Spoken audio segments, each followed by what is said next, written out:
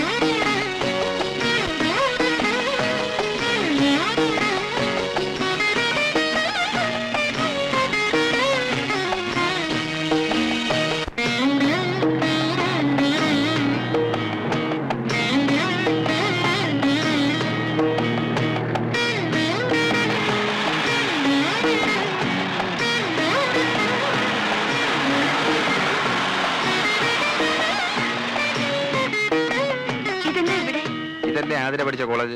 അതെ. ഇറങ്ങ. എന്തിനാ? ഇറങ്ങാൻ.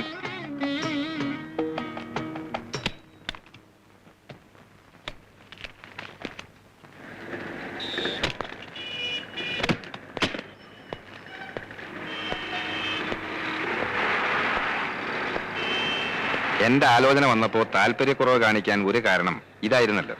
വിവാഹം കഴിഞ്ഞു എന്ന് വെച്ച് ആതിരയുടെ താല്പര്യങ്ങൾ ഒന്നും സറണ്ടർ ചെയ്യണ്ട. തുടർന്ന് പഠിക്കണമെങ്കിൽ പഠിക്കാം. അതല്ല, കൂട്ടുകാരികൾക്കൊപ്പം കുസൃതിയും കുന്നായ്മയും കാണിച്ച് നടക്കാൻ പറ്റാത്തത് ഈ വിഷമം ഉണ്ടെങ്കിൽ അത് മാറ്റിയെടുക്കാം. അല്ലേ? നിക്കേ, വൈകിട്ട് വിളിക്കാൻ ഞാൻ ഇവിടെ വരണോ അതോ ക്ലാസ് കട്ട് ചെയ്ത് കൂട്ടുകാരികളുമായിട്ട് എങ്ങോട്ടെങ്കിലും കറങ്ങാൻ പോവേ? ഇവിടെ വന്നാ മതി. മതിയല്ല? Okay, by.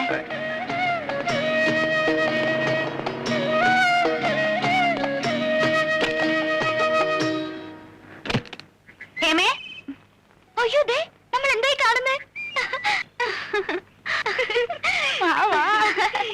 വിശ്വാസം വരുന്നില്ല അല്ലേ? എങ്ങനെയെങ്കിലും ചാടി വരുമെന്ന് എനിക്ക് അറിയായിരുന്നു. എത്ര നേരത്തേക്കാ പരോളിൽ ഇറങ്ങിയിരിക്കുന്നത്? ഉടനെ പോണോ? പരോളല്ല വേണ്ടേ, ശരിക്കുള്ള മോചന. ഞാൻ പറഞ്ഞില്ലേ, ഈ കേസ് ആ വക്കീലിന്റെ കയ്യിൽ അത്ര എളുപ്പത്തിലൊന്നും ഒതുങ്ങില്ലെന്ന്. അയാൾ വക്കാലത്ത് ഒഴിഞ്ഞോ അതോ വക്കാലത്ത് ഏറ്റെടുത്ത് തുടങ്ങിയിട്ടേ ഉള്ളൂ? മനസ്സിലായില്ലടി, ഒന്ന് വിശദമായിട്ട് പറ. ഞാൻ കത്തിൽ എഴുതിയിരുന്ന പോലൊന്നും അല്ല. പിന്നെ ആ വില്ലൻ കട്ട് പുറത്തേ ഉള്ളൂ. മനസ്സ് വലിയ കുഴപ്പമില്ലാന്ന് തോന്നി. അപ്പൊ നീ കീഴടങ്ങിയോ? അയ്യോ ഇല്ല, കീഴടങ്ങിയാലോ ഒന്ന് ആലോചിക്കുക.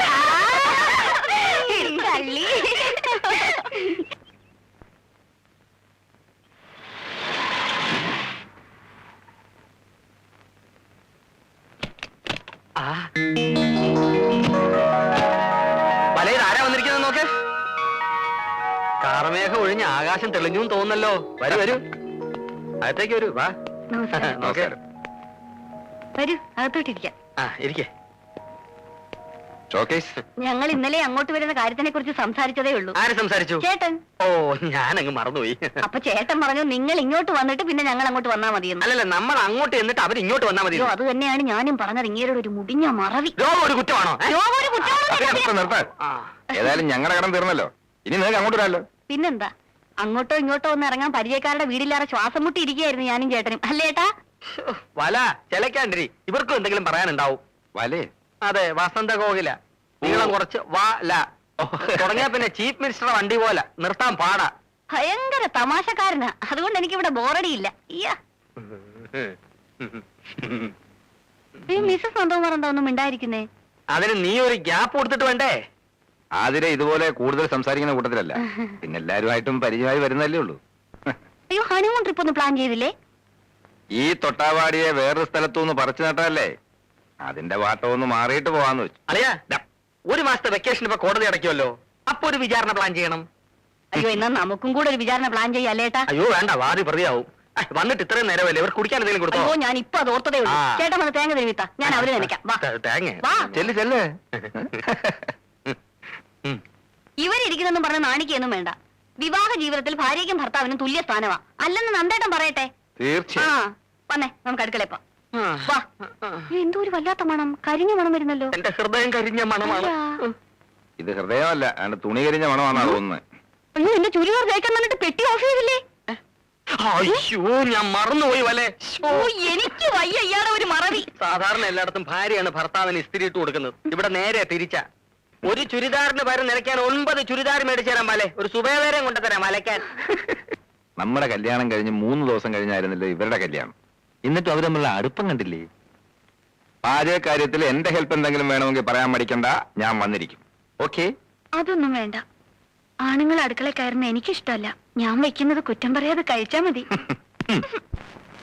മുകിൽ പൂഞ്ചില്ലയിൽ മറഞ്ഞേ നിൽക്കവേ തുടിക്കും നെഞ്ചുമായി അലിഞ്ഞേ നിൽക്കവേ കിനാവിന്റെ വർണ്ണജാലം തലോടുന്ന സ്വർണ്ണനാളം കിനാവിന്റെ വർണ്ണജാലം തലോടുന്ന സ്വർണ്ണനാളം പകർന്നേടിയാദ്യരാവിൽ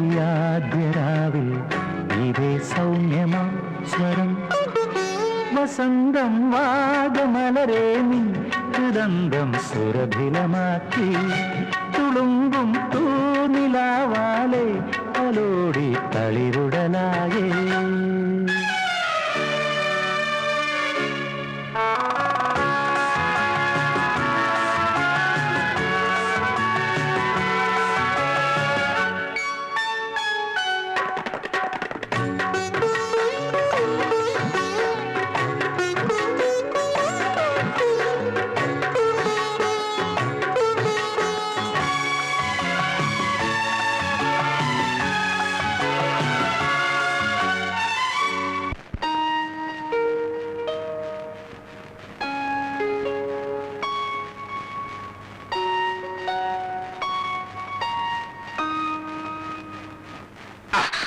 എന്നും വൈകുന്നേരം ഇരുന്ന് കുത്തി കുറിച്ച് എന്താണെന്ന് അറിയാമോ? അങ്ങനെ പറയണ്ട. ഒരാളുടെ പേഴ്സണൽ ഡയറി വായിക്കുന്ന ശീലം അത്ര നല്ലതല്ല. വലിയ വക്കീലായിട്ട് ഇതൊന്നും അറിയില്ലേ? നമ്മളിടയിൽ എന്തോന്ന് പേഴ്സണൽ. ഇരുമയാണെങ്കിലും നമ്മളൊറ്റ കരളല്ലേ, നീ എന്റെ ജീവനല്ലേ. അത് വേ ഇതറേ. അതുകൊണ്ട് ഇപ്പൊ ഇങ്ങോട്ട് കൈ കടത്തണ്ട. അപ്പോ പിന്നെ എപ്പോ കൈ കടത്താം? പറയാം. ഓ, ഒരു മുതുമുത്തശ്ശനായി പല്ലയൊക്കെ കൊഴിഞ്ഞ് വടിയും പിടിച്ചു നടക്കുന്ന ഒരു വയസ്സനായി നന്ദേട്ടൻ ഏതെങ്കിലും മൂലയ്ക്ക് കുത്തിയിരിക്കുമ്പോ ഞാൻ അടുത്തു വരാം. അന്ന് നമുക്ക് ഒരുമിച്ചിരുന്ന് ഈ ഡയറി വായിക്കാം. മറക്കണമെന്ന് കരുതിയതും ഓർമ്മിക്കാൻ പാടില്ലാത്തതുമായ പലതും ഇതിലുണ്ടാവും. അന്ന് കിട്ടുന്ന ആ സുഖം ഇന്നിത് വായിച്ച പിന്നെ കിട്ടിയെന്ന് വരില്ല. അതുകൊണ്ട് അന്ന് വായിക്കുന്നതല്ലേ സുഖം. ഓ, മതിയെങ്കിൽ മതി.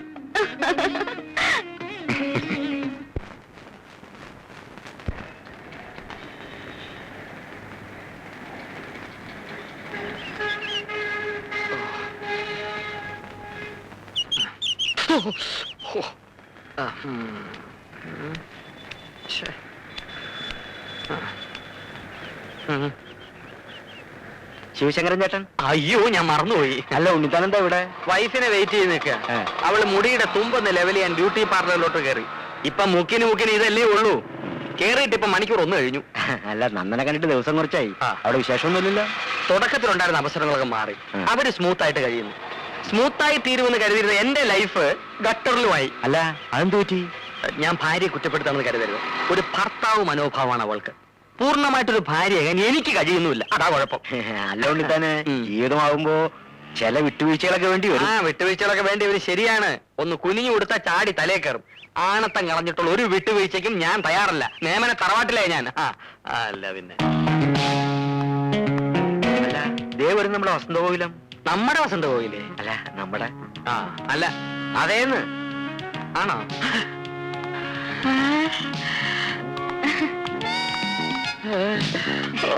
നമുക്ക് പോകാം ചേട്ടാ. നിന്റെ മുടി എന്തേടി? മുറിക്കാൻ കുറച്ച്. ആരോട് ചോദിച്ചോണ്ട്? എന്റെ മുടി മുറിക്കാൻ ആരുടെയെങ്കിലും അനുവാദം വേണോ? റോഡാണ് മോശം. അല്ല പിന്നെ.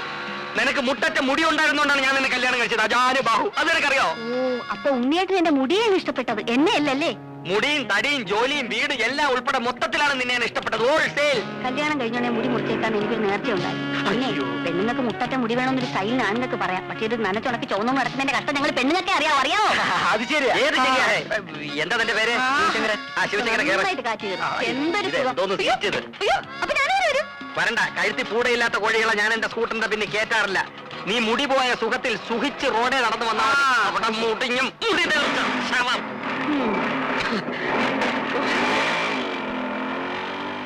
ഓട്ടോ. സത്യം പറഞ്ഞാൽ ഒരു വിവാഹ ജീവിതത്തെ കുറിച്ച് ആലോചിക്കുമ്പോ എനിക്ക് ആശങ്കയുണ്ടായിരുന്നു. എന്താ ആശങ്ക?